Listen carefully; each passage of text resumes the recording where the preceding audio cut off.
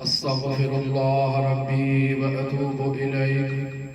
أعوذ بالله من الشيطان اللعين الرجيم. بسم الله الرحمن الرحيم.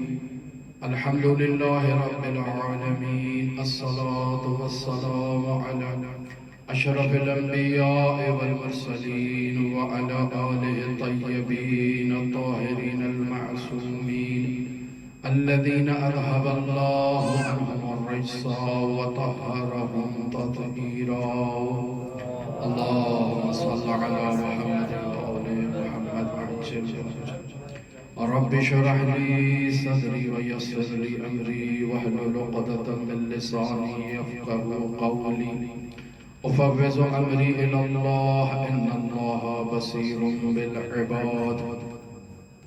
عن مولانا علي بن موسى الرضا عليه آلاف التحية والثناء.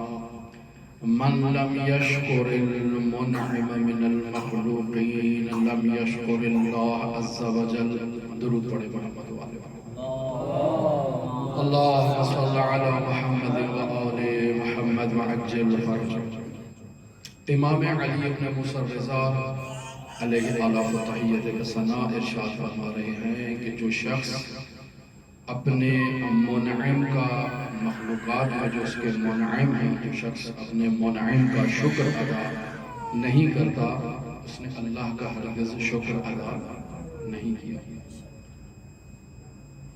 یہ محفل، یہ پروگرام تقدیر و تشکر کا ہے ان عزاداروں کے لیے، ان ماتمداروں کے لیے، ان عزیزوں کے لیے جنہوں نے عشرہ محرم الحرام کے انعقاد میں اپنا کردار ادا کیا. اس محفل کے آغاز میں ہم شہید قائد علامہ سید عارف حسین الحسینی کی تقدیر میں چند کلمات آپ کی خدمت میں پیش کریں کہ اس شہید عزیز کی خدمات اور اس شہید عزیز کی جو ملت تشیع پاکستان کے لیے کاوشیں ہیں وہ ناقابل فراموش ہیں. کس طرح سے حضرت سید الشہداء سے ان کی عقیدت، ان کا احترام اور سید الشہداء کے لیے جد و جہد کرنا اور عزاداری سید الشہداء کے انعقاد کے لیے اپنا کردار ادا کرنا لائق تحسین. معروف جملہ عزاداری سید الشہداء ہماری شہرہ حیات ہے. تشیع کی حیات عزاداری سید الشہداء سے وابستہ ہے اور کسی بھی وقت تشیع عزاداری سید الشہداء کو نظر انداز نہیں کر سکتی، کبھی بھلا نہیں سکتی. اور یہ وہ پیغام ہے، یہ وہ درس ہے جو شہید عارف حسین الحسینی نے ملت تشیع پاکستان کو دیا. اور ملت تشیع پاکستان ہر روز گزشتہ روز کی نسبت بڑھ چڑھ کر عزاداری سید الشہداء میں اپنا کردار ادا کر رہی ہے، قربانیاں دے رہی ہے، خط مقدم پر موجود.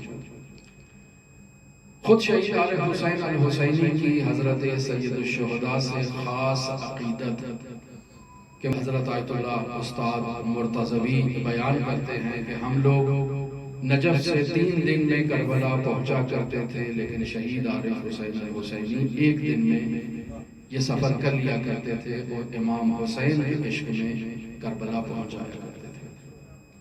آپ لوگ سب زائر امام حسین ہیں، مشی کر چکے ہیں، معلوم ہے کہ 1 دن میں سفر کرنے کے لیے انسان کو خاص جذبے کی، خاص ولولے کی ضرورت ہوتی ہے. ہر کوئی انسان طے نہیں کر سکتا. اور شہید عارف حسین الحسینی امام حسین علیہ السلام کے وہ حبدار تھے کہ جو یہ سفر 1 دن میں طے کر لیتے تھے.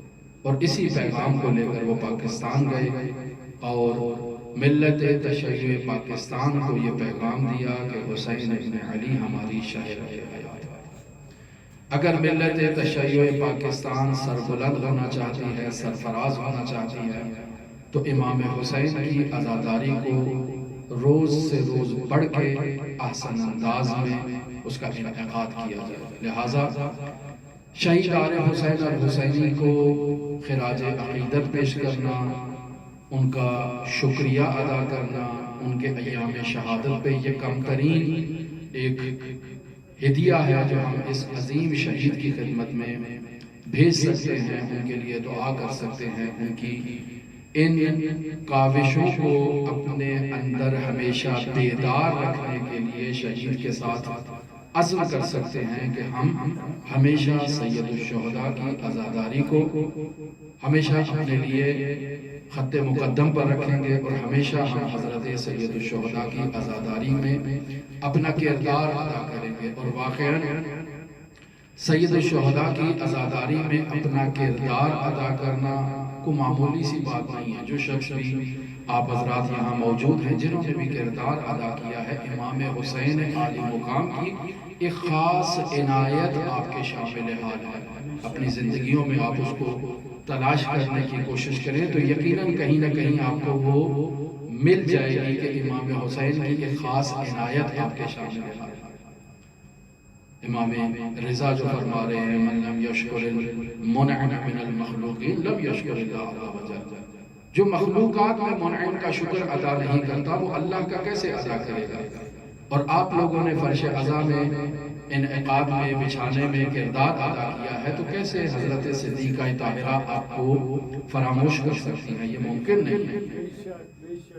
وہ بصرہ کا معروف تاجر کہ جو تجارت کیا کرتا تھا، اور اس کی یہ روش تھی کہ وہ ہر سال اپنے گھر میں حضرت سید الشہداء کا فرش عزا بچھاتا تھا۔ تقدیر ایسی ہوئی کہ وہ شکست ہو گیا، تمام مال ہاتھ سے چلا گیا، بالکل اب مفلس ہے، کچھ اس کے پاس سرمایہ موجود نہیں ہے، حتیٰ کہ گھر کا سامان بیچ کر اپنا گزارا کرتا ہے۔ محرم کے ایام قریب ہیں، زوجہ کے ساتھ گھر میں بیٹھا ہے، ایک آہ کھینچتا ہے کہ محرم قریب ہے اور ہمارے پاس عشرہ محرم الحرام کے انعقاد کے لیے سرمایہ ہے۔ ہماری بھی یہی پوزیشن ہوتی ہے، ہر سال جب محرم کا ایام آتے ہیں تو ہماری بھی بساط میں کچھ نہیں ہوتا، لیکن پھر جب محرم الحرام کا پروگرام منعقد ہوتا ہے اور پوسٹر لگایا جاتا ہے، ارادہ کیا جاتا ہے، تو کہاں کہاں سے سرمایہ آتا ہے خدا بہتر جانتا ہے۔ خود حضرت سید الشہداء کی ایک خاص عنایت ہوتی ہے ان مجالس عزا پر کہ انسان تصور نہیں کر سکتا۔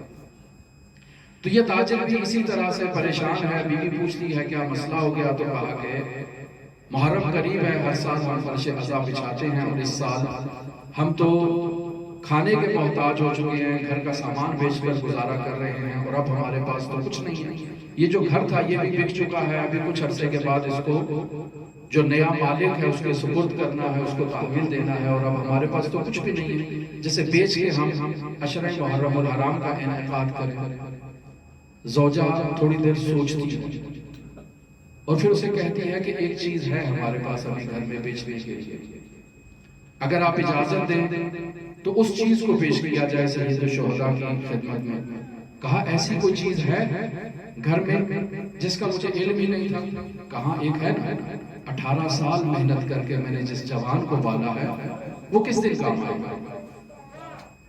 اچھا، کہا بیٹا مان جائے گا؟ کہا حسین کے دسترخوان پہ پرورش یافتہ ہے، کیسے نہیں مانے گا؟ اب بیٹا گھر باہر سے کسی کام سے گیا ہوا تھا، گھر جب آیا تو دیکھتا ہے کہ ماں اور باپ دونوں ایک خاص انداز میں بیٹے کو دیکھ رہے ہیں، ایک خاص انداز میں بیٹے کی طرف ان کی توجہ ہے، خاص انداز میں محبت بھری نگاہیں اس پر ڈال رہے ہیں۔ تو پوچھتا ہے بیٹا کہ کوئی مسئلہ ہے، کوئی بات ہے، آپ کچھ کہنا چاہتے ہیں؟ تو ماں بہت پیار سے اسے کہتی ہے کہ ہم نے 18 سال سے تجھے محنت سے پالا ہے، لیکن اب ہمارے پاس عشرہ محرم کے انعقاد کے لیے سرمایہ نہیں ہے، کیا اس بات کی اجازت دیتا ہے کہ ہم تجھے بیچ دیں حسین ابن علی کی راہ میں، اور جو پیسے حاصل ہیں اس سے عشرہ محرم الحرام کا انعقاد کروا؟ کہا حسین کی راہ میں بکنا ہے تو قبول ہے، منظور ہے۔ تو اب ماں باپ دونوں فیصلہ کرتے ہیں کہ رات کو اس بچے کو اس کے سر کے بال تراشتے ہیں، اسے بالکل بالوں سے بالکل صاف کرتے ہیں، ایک غلامانہ حیت اس کو دیتے ہیں تاکہ یہ بازار میں بکنے کے قابل ہو جائے۔ شاید آپ کی توجہ اس طرف ہو کہ سروں کے بال کو کٹوا دینا، مڑوا دینا شاید خاندان اہل بیت کے ساتھ اظہار عقیدت کی ایک شرط سی بن چکی ہے۔ وہ آئے نا اصحاب حضرت سید الاوصیاء کی بارگاہ میں اور آ کر سید الاوصیاء سے کہا کہ آپ قیام کریں، ہم آپ کے ساتھ ہیں، آپ کی رکاب میں شمشیر زنی کریں گے اور اس ظالم حکومت کے تختے سے اس کو اتاریں گے اور آپ کو آپ کے اس کھوئے ہوئے منصب تک واپس پہنچائیں گے۔ تو حضرت سید الاوصیاء نے بھی ان سے یہی شرط رکھی تھی کہ ٹھیک ہے، اگر آپ اتنے ہی وفادار ہو تو کل اپنے سروں سے بالوں کو مڑوا کر فلاں جگہ پر آ جانا، تلواریں ساتھ لے آنا، قیام شروع کریں گے۔ لیکن جب صبح حضرت سید الاوصیاء پہنچتے ہیں تو دیکھتے ہیں کہ چند مخصوص اصحاب سلمان و مقداد جیسے وہاں پر موجود ہیں اور باقی سب دعویدار افراد غائب ہیں۔ بس اس مطلب سے یہ معلوم ہوتا ہے کہ شاید بالوں کو کٹوا کر اہل بیت کے حضور اظہار عقیدت کرنا اس گھر کی ایک شاید رسم سی ہے۔ تو ٹھیک ہے، بچے کے بال کاٹ دیے جاتے ہیں، صبح اسے ماں سے ودا دے کر بازار میں باپ لے جاتا ہے، وہ مارکیٹ جو غلاموں کی مارکیٹ ہے، لیکن وہاں جانے سے پہلے فقہا سے استفتاء کرتے ہیں کہ کیا ہم ایک آزاد انسان کو فروخت کر سکتے ہیں؟ تو جواب ملتا ہے کہ اگر وہ خود سے خدمت کرنے کے لیے تیار ہے کسی کی تو ٹھیک ہے، کسی کو اپنے وجود کو کسی کے اختیار میں دے سکتا ہے۔ اب چلتے ہیں بازار میں، صبح بازاروں میں پہنچا دیتے ہیں، بچے کو باپ لے جاتا ہے، ایک قیمت لگاتا ہے، لوگ آتے ہیں دیکھتے ہیں کوئی خریدتا نہیں ہے اس کو، رات گزر جاتی ہے، باپ کے دل میں ایک خوشی ہوتی ہے کہ چلو آج پھر ماں ایک دفعہ اپنے کڑیل جوان بیٹے کی زیارت کر لے گی، اس سے ودا کر لے گی، ایک موقع مل جاتا ہے۔ لیکن ابھی رات کا سورج نہیں ڈھلتا ہے کہ وہ دیکھتا ہے کہ بصرے کے دروازے سے ایک گھڑ سوار داخل ہو رہا ہے اور وہ آتا ہے سیدھا اسی شخص کے پاس کہ تم نے اس جوان کو فروخت کرنا ہے، نہیں کہتا کہ غلام ہے، نہیں کہتا ہے بیٹا ہے، اس کو تم نے فروخت کرنا ہے۔ کہا ہاں اسے میں بیچنا چاہتا ہوں۔ کہا کتنی قیمت ہے؟ اپنی منہ مانگی قیمت بتاتا ہے۔ وہ گھڑ سوار منہ مانگی قیمت اس کو عطا کر دیتا ہے اور دینے کے بعد کہتا ہے مزید کچھ چاہیے؟ کہا شاید مجھ سے مزاح کر رہا ہے۔ کہا نہیں، اور کچھ چاہیے تو اور رقم بھی دیتا ہوں، اور پھر مزید کچھ رقم نکال کے اس شخص کو تھماتا ہے اور کہتا ہے کہ اب معاملہ کمپلیٹ ہو گیا۔ اس جوان کو کہتا ہے کہ تم میرے پیچھے سوار ہو جاؤ۔ اب جوان اس تاجر سے گلے مل کر ایک ایسے ودا کر رہا ہے جیسے اس کا کوئی آخری ملاقات ہے، دوبارہ شاید ملاقات نہیں ہوگی، کوئی بہت ہی صمیمیت ہے، اور جوان جا رہا ہے پیچھے مڑ کے اس تاجر کو دیکھ رہا ہے اور پیچھے مڑ مڑ کے دیکھ کے گریہ کر رہا ہے، آہو بھوکا کر رہا ہے۔ بصرہ سے نکلتے ہیں تو وہ گھڑ سوار پوچھتا ہے کیا مسئلہ ہے؟ کہا اس مالک سے میری ایک قلبی مودت تھی، ایک بہت ہی الفت تھی، اس وجہ سے میں اس سے ودا ہوتے ہوئے میرا دل جو ہے نا وہ کانپ اٹھا ہے۔ کہا تو میں اتارتا ہوں، جاؤ اسی مالک کے پاس، نہ کہوں میں اس کا غلام ہوں، کہوں میں اس کا بیٹا ہوں۔ کہا ہاں آپ درست کہہ رہے ہیں، وہ میرا باپ ہے اور اس نے حسین ابن علی کے لیے مجھے بیچ دیا ہے۔ کہا جاؤ پھر اسی باپ کے پاس چلے جاؤ۔ کہا اس کے پاس جاؤں گا تو وہ کہے گا کہ تم نے بھاگ آئے ہو اپنے مالک سے۔ کہا نہیں، تم اس کو جا کے کہو کہ تمہیں حسین نے آزاد کر دیا ہے۔ اب بیٹا آتا ہے، آ کر بتاتا ہے کہ مجھے حسین ابن علی نے آزاد کر دیا ہے، تو سارا خاندان بیٹھ کر حسین ابن علی پر گریہ کرتا ہے۔ کون حسین ابن علی؟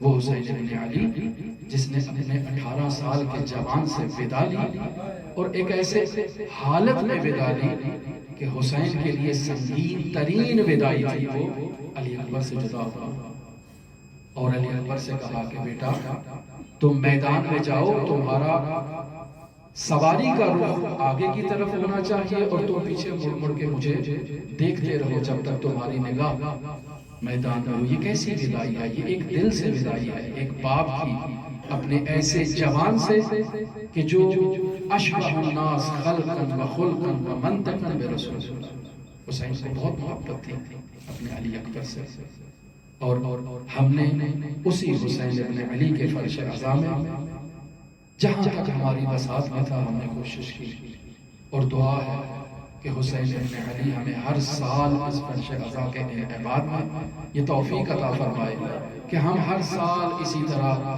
فرش عزا کا انعقاد کرتے رہیں، اسی طرح عزاداریاں منائیں، بلکہ جہاں جہاں دنیا جہان میں جن جن مؤمنین نے فرش عزا کے بچھانے میں، انعقاد کرنے میں، دسترخوان بچھانے میں، نیاز کے تیار کرنے میں، نوحہ پڑھنے میں، مرثیہ پڑھنے میں، منقبت پڑھنے میں، تقریر کرنے میں، ذاکری کرنے میں اپنا کردار ادا کیا ہے، حسین ابن علی ان کی اس کاوش کو اپنی بارگاہ میں قبول فرمائے۔ حسین ابن علی ہم کو ہر سال اسی طرح عزاداری سید الشہداء کے انعقاد میں ہمارا نام اس فہرست میں لکھ لے جو حسین ابن علی کے خاص عزادار ہیں۔ اور اس سال علامہ سفیر سجاد شیرازی جن کا شہادت ہوئی ہے، بہت ہی غمناک شہادت کہ ایک سرمایہ ملت تھے، ملت کو ان سے بہت توقعات تھی، خدا ان کے درجات کو عالی و متعالی کرے۔ اس مجلس کے اور اس پروگرام کے انعقاد کا جو بھی ثواب ہے اسے مرحوم شہید علامہ عارف حسین الحسینی کی روح کو ایصال کرتے ہیں، اور مرحوم شہید علامہ سفیر سجاد شیرازی کی روح کو ایصال کرتے ہیں، اور دعا ہے کہ میرے مالک خالق ہم سب کی مرادیں پوری کرے، ہم سب کو حسین ابن علی کا حقیقی زائر بنائے، ہم سب کو امام حسین کے حرم مطہر کی زیارت سے مشرف فرمائے، حضرت صاحب العصر و زمان کے ظہور میں تعجیل فرمائے، اور ہمیں امام زمان کے اصحاب و انصار و آوان میں شمار فرمائے۔ اللہم صلی علی محمد و آل محمد وعجل فرج قائم